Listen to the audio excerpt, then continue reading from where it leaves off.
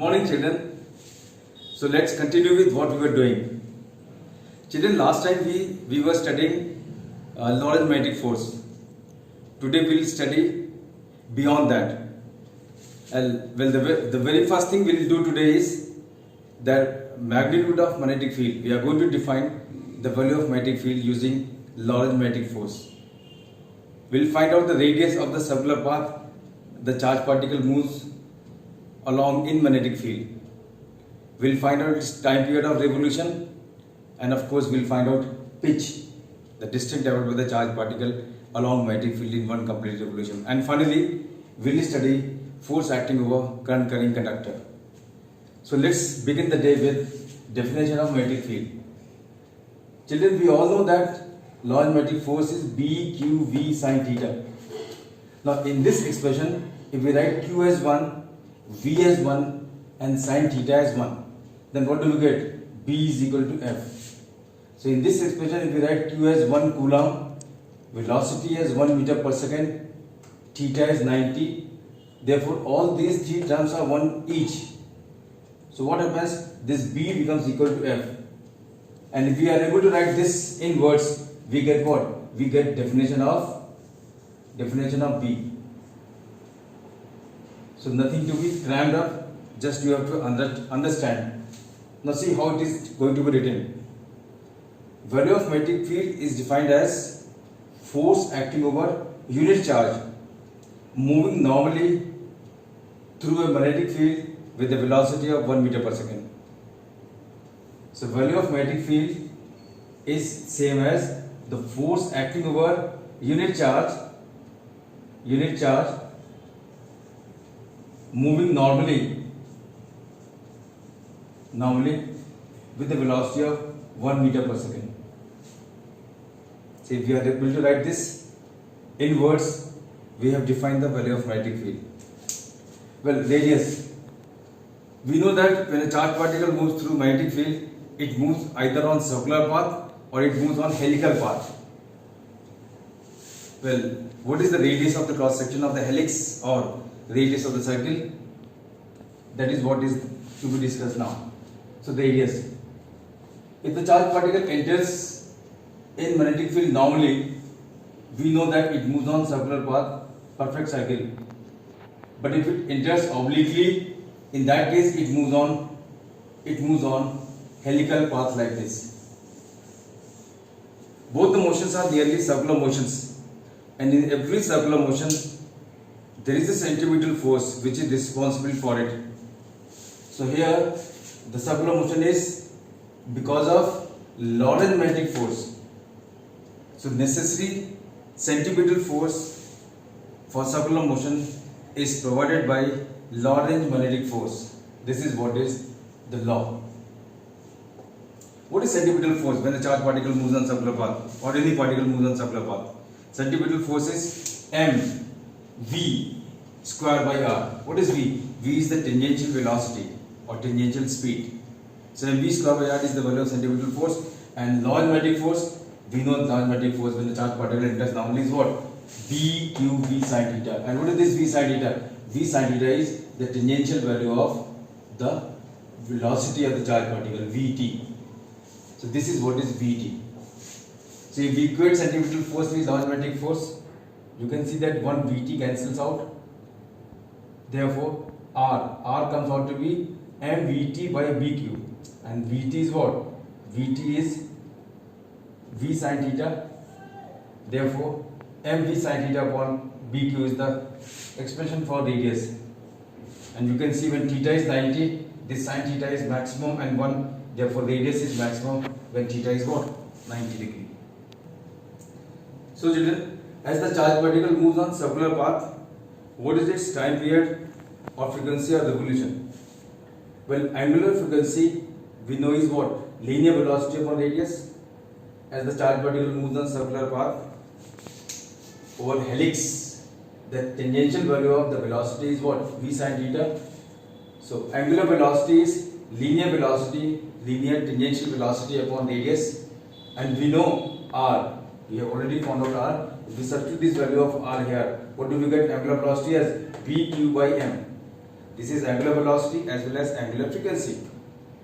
Now this angular velocity or angular frequency can be written as 2 pi by t or 2 pi into linear frequency. Therefore, if we write omega as 2 pi by t, bq by m as it is, what do we get t as? We get t as 2 pi m upon bq. And what is important about this result is the fact that time period does not depend upon angle theta. Whatever may be the angle at which the charged particle enters into magnetic field, starting from say non-zero 1 degree up to 90 degree. For every value of angle, the time period of revolutions remains same. Reciprocal of time period is frequency, therefore frequency is bq by 2 pi m. This is also working principle of cyclotron. That is why we also call this frequency as cyclotron frequency. We will study about cyclotron later on. Well, pitch. What is pitch? Pitch is the distance travelled by charged particle along magnetic field in one complete revolution. As the charged particle enters obliquely in magnetic field with velocity v, this velocity has two components. One is the component of velocity along magnetic field, that is v cos theta, and other is the component of the velocity perpendicular to the field, and that is v sin theta. This is also the tangential component of the velocity, and this is also the parallel component of the velocity. This is magnetic field, and you know that because of oblique entrance of the charged particle in magnetic field, the charged particle moves on what? Helical path, like this. What is pitch? Pitch is the distance travelled by the charged particle along magnetic field. These distances are what? These distances are the distance travelled by the charged particle along magnetic field. And what do we call these distances as? These distances are called as pitch. And you know, this distance x, which is distance along magnetic field, is covered with velocity v cos theta. And time of one complete revolution we have already found out. Therefore, this distance x is going to be velocity in this direction into time period of revolution. That is v cos theta into t. Let us substitute the value of t here. We get 2 pi m v cos theta upon bq. This is the value of pitch. And you can see here when theta is what? 90 degree. Cos 90 is what? 0. Pitch is 0. The charged particle simply moves in a plane. It does not progress along magnetic field. You know that already. When charged particle enters normally, when it enters obliquely, it moves along magnetic field also. So pitch is there only when charged particle enters at an angle other than 90 degree. And finally, what is force acting over current carrying conductor in magnetic field? Children, why does force act over a current carrying conductor in magnetic field? एक current carrying conductor पे magnetic field में force क्यों लगता है? Well, a current carrying conductor in magnetic field experiences force simply because there are moving charges in current carrying conductor, and every moving charge experiences what?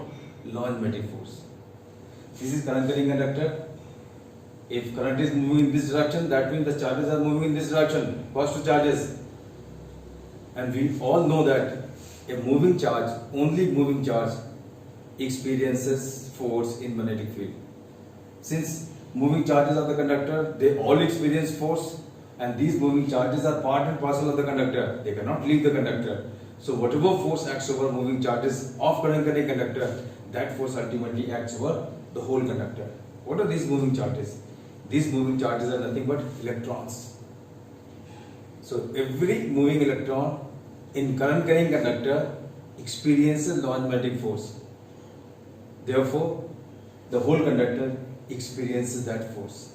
What is the expression of force? We are going to find out that. We know that Laurent magnetic force is dqv sin theta. This is the current carrying conductor, carrying current I. Let us say the length of the conductor is small l. I is the current passing through the conductor, and this I can be written as what? This I can be written as q by t. So what is this q? This q is the charge entering from one end and leaving the other end of the conductor in time t. So if q charge passes through the conductor in time t, then the current in the conductor is what?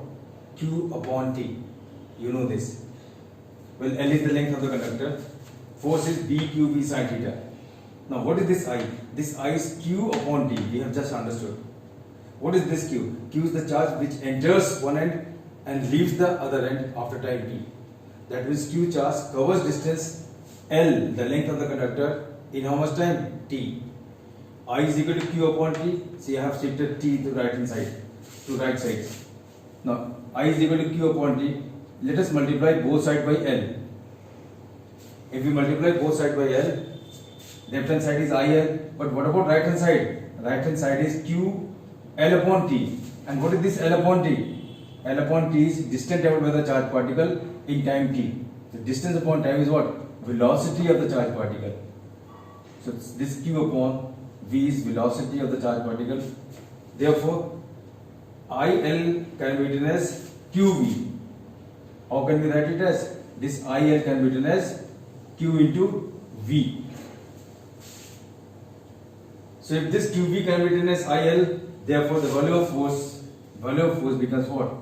Value of force becomes BIL sin theta. Very, very simple expression. BIL sin theta. You can remember it. Bill is a very familiar word. Bill Clinton. Bill. Electricity bill. BIL. Well, in vector form, this force can be written as F vector is equal to I times L cross B.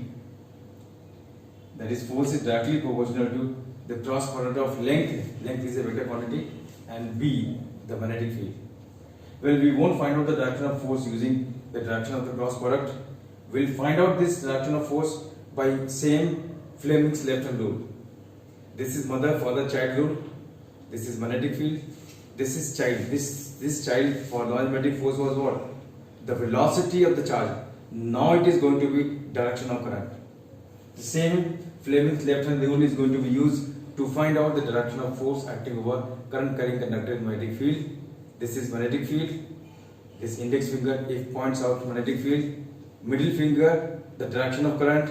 Then thumb is going to represent the direction of force acting over current carrying conductor in magnetic field.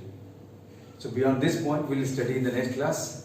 This is all for the time being. Thank you very much. God bless you all.